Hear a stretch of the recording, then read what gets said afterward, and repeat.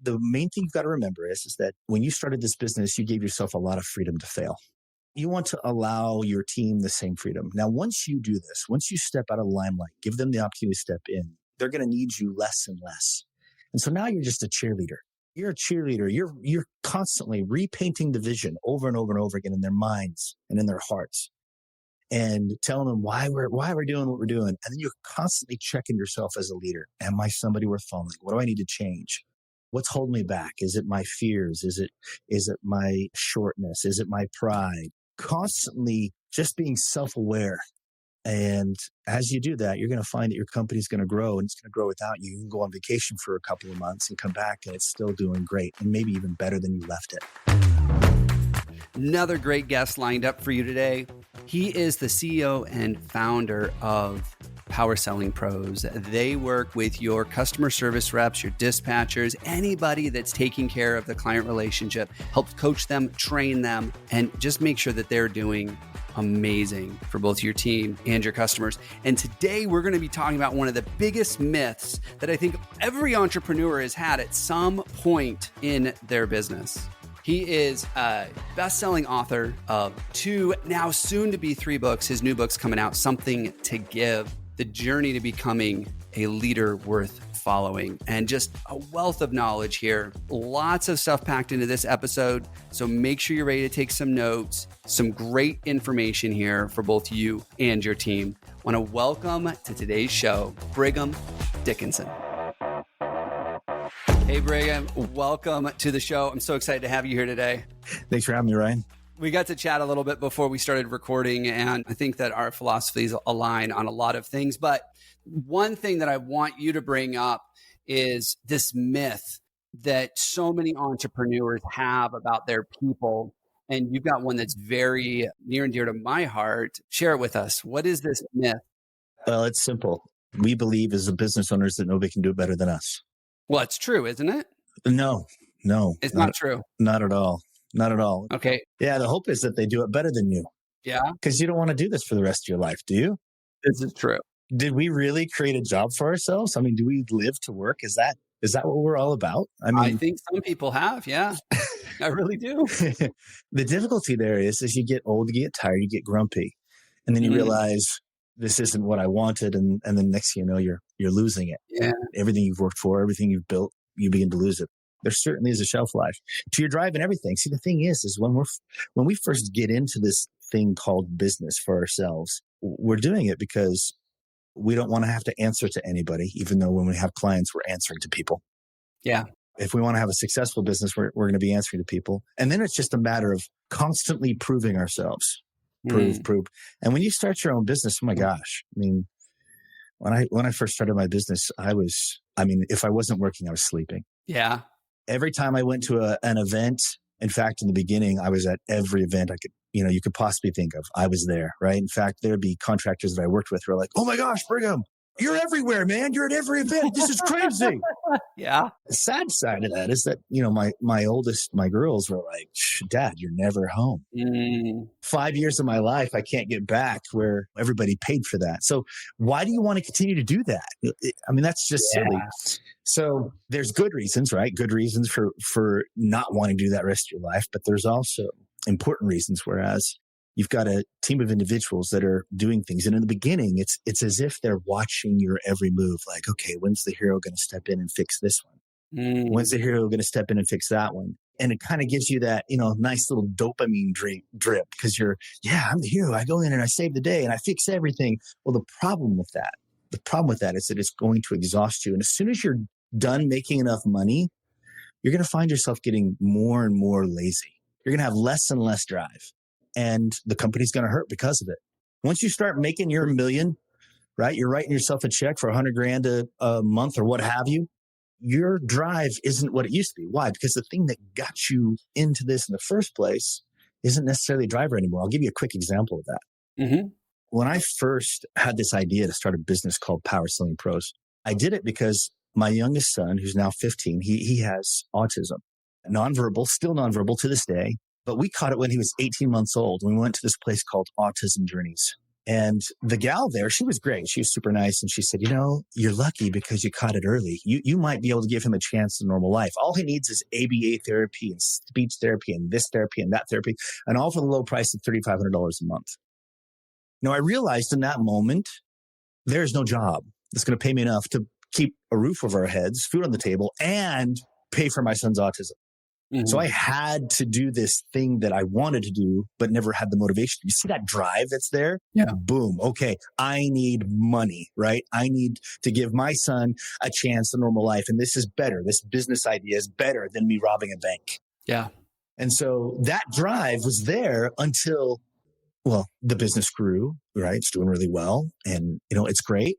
The sad thing is with business, you're either growing or you're not. You're either growing or you're going down. There's no way to keep it even kill. You're either 10% better or 10% less. It's never same every year. I mean, if somebody can do that, please tell me how, right? That's crazy. What happens is that you don't have as much drive as you used to, and yet you've got a team of people who are relying on you. Well, the goal is to get them to rely on themselves. The goal is to step out of the limelight and give them the opportunity to step into the limelight. Everybody says, hey, you should work on your business and not in it. And they don't teach you how. And this is, of course, why I wrote my third book, Something to Give, coming out September 19th. You can pre-order it now by going to brighamdickinson.com and just click on the button to get it. It'll come out September 19th. So that's why I wrote the book. Woo.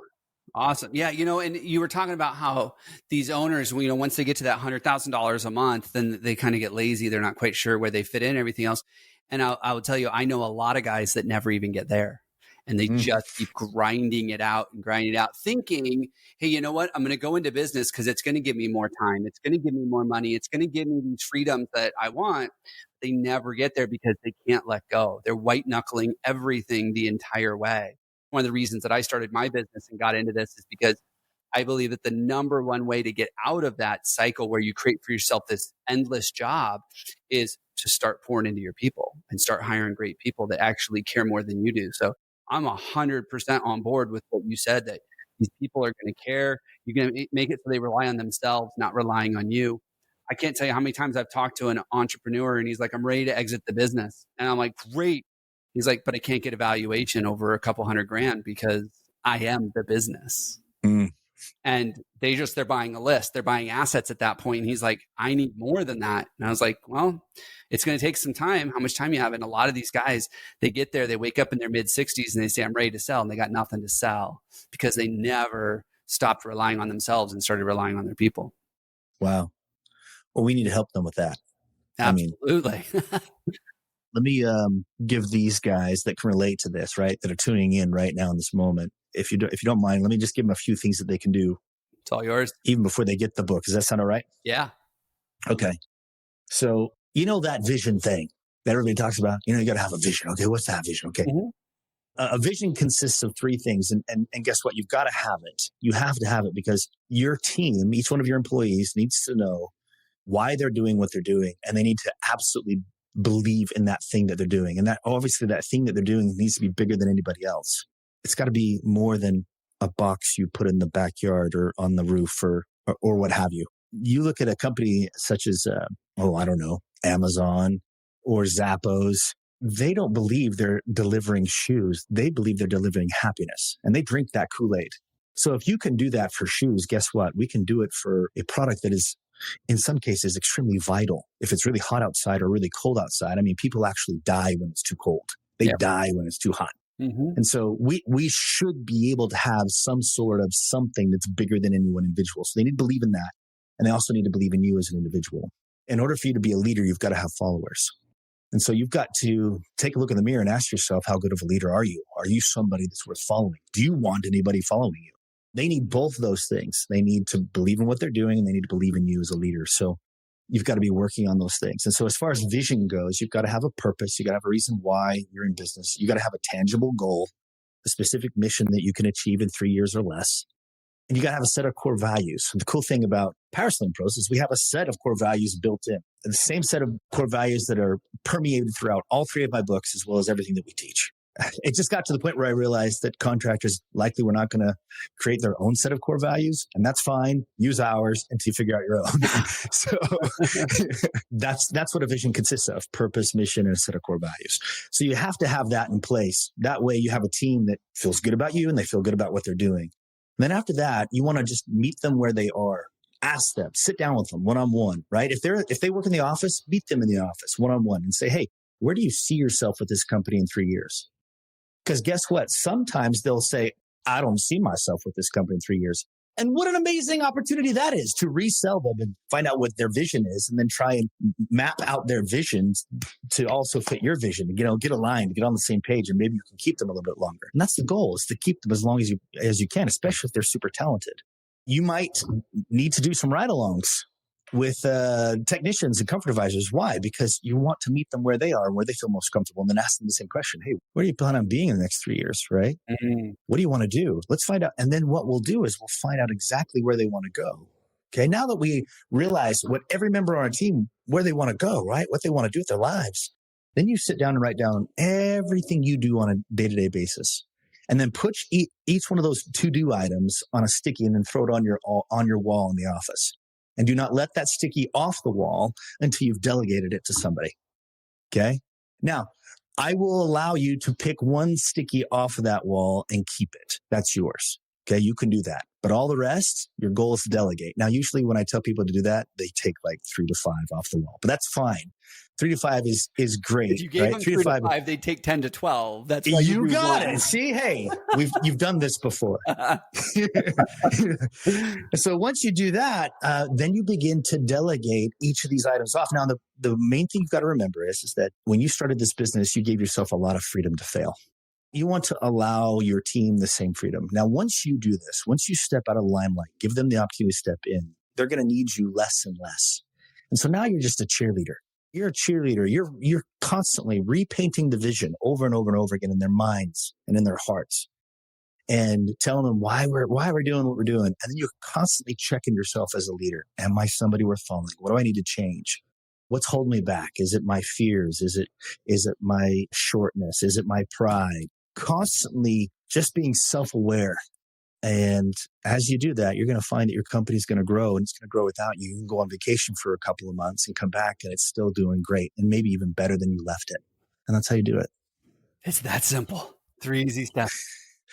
Stop turning away work, burning out your team, and working so hard. Learn about the proven process that businesses everywhere are using to save time, save money, and hire all the people they need. We'll train your team to implement and run this process in-house so you can grow as fast as you want. Book a call with our team at corematters.com. It only took me 15 years to figure it out. But here's the crazy thing. Here's what's crazy.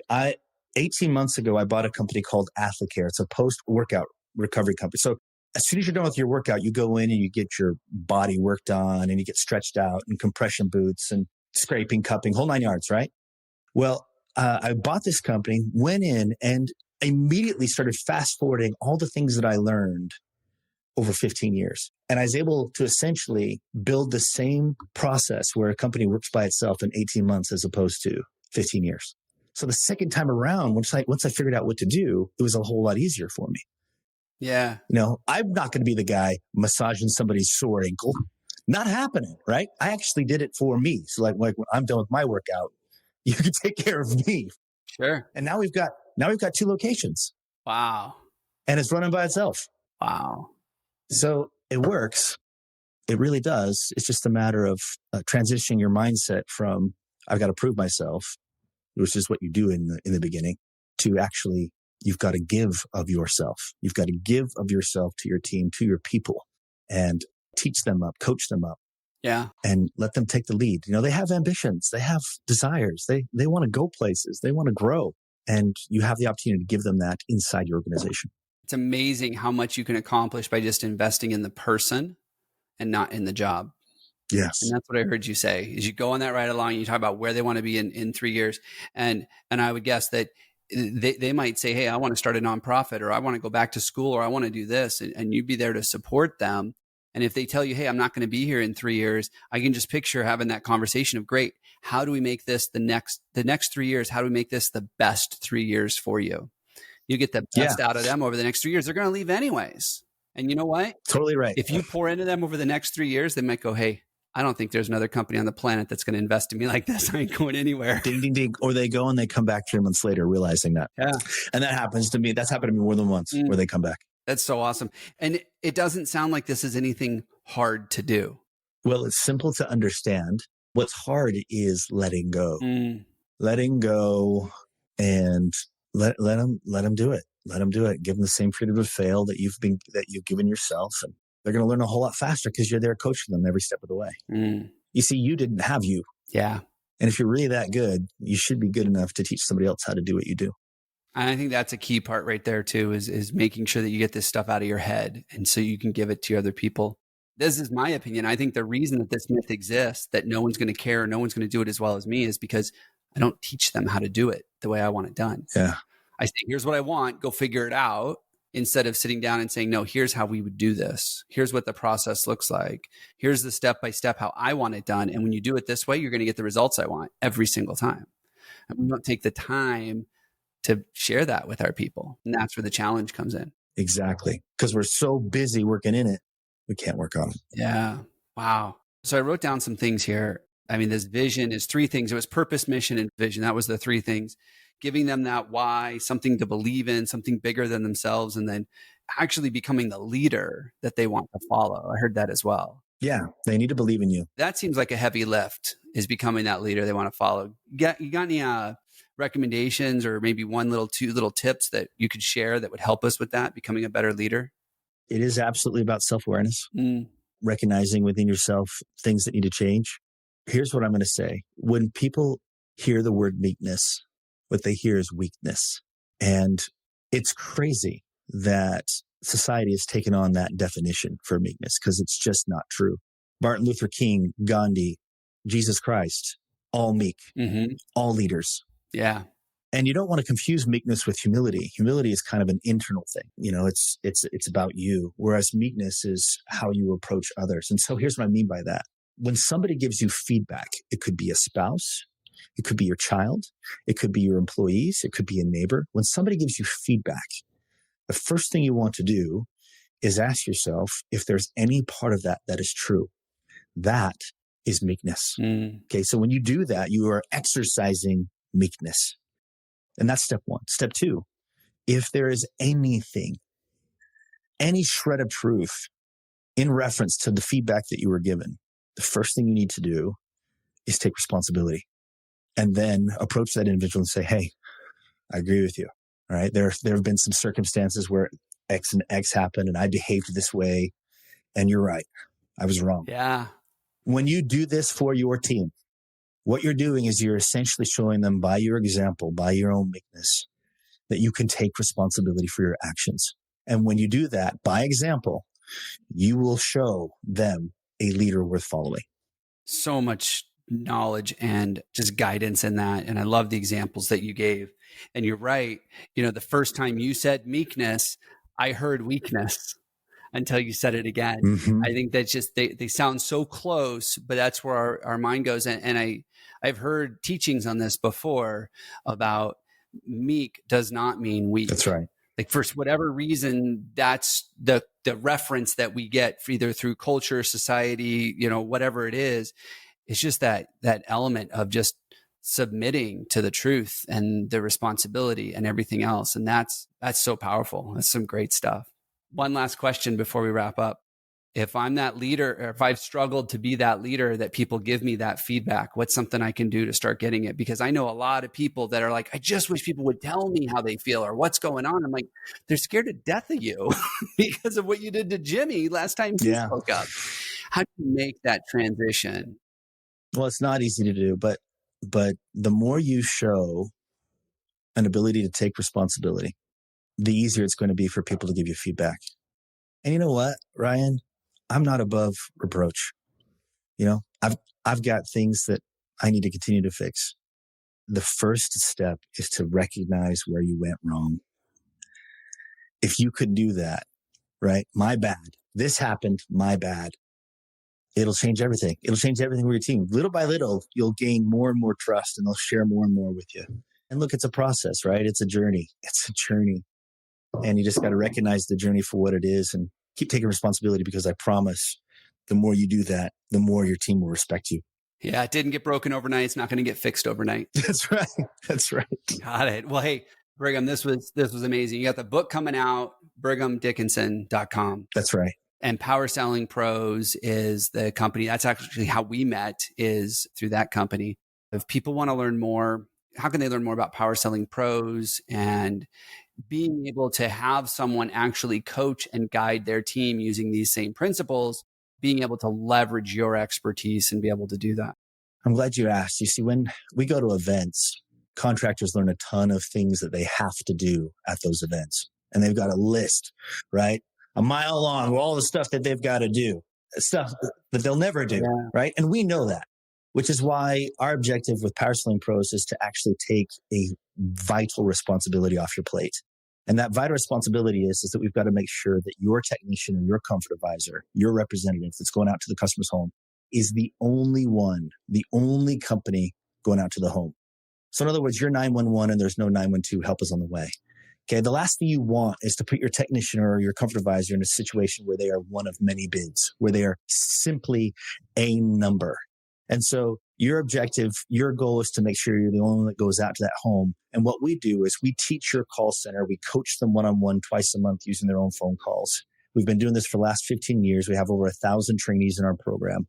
And the one thing that we can take off your plate is that right there, that we'll make sure that your team is trained enough and held accountable to a point where you are the only one. Your technician is the only one going out to the customer's home.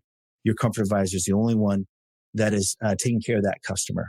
If you can do that, it's going to change everything for you. It's going to change everything. We'll do it for you. We're going to actually take it off your plate. You don't have to worry about it anymore. So if you know your call center needs the coaching on a regular basis, we're the ones to work with. Just go to powersellingpros.com. And I'll say this, it's not the easiest thing to find on the website, although it's right there in the navigation. Get training samples. You guys have a bunch of sample trainings that you can download. It's in the header, it's in the footer. Go check that out. It's a great resource. I've seen some of these clips that they have. You get to see Brigham doing some training. There's some amazing stuff up there. So make sure you check out those free samples and reach out to the team over at Power Selling Pros. They are top-notch in the industry. I don't know anybody that does it better. And one of the ways I found out about these guys was what I heard from clients. Have you heard about these Power Selling Pros? Like, it was just word of mouth. Great results, great company, great message, Brigham. Thank you so much for being here today and sharing your knowledge. My pleasure. Thank you.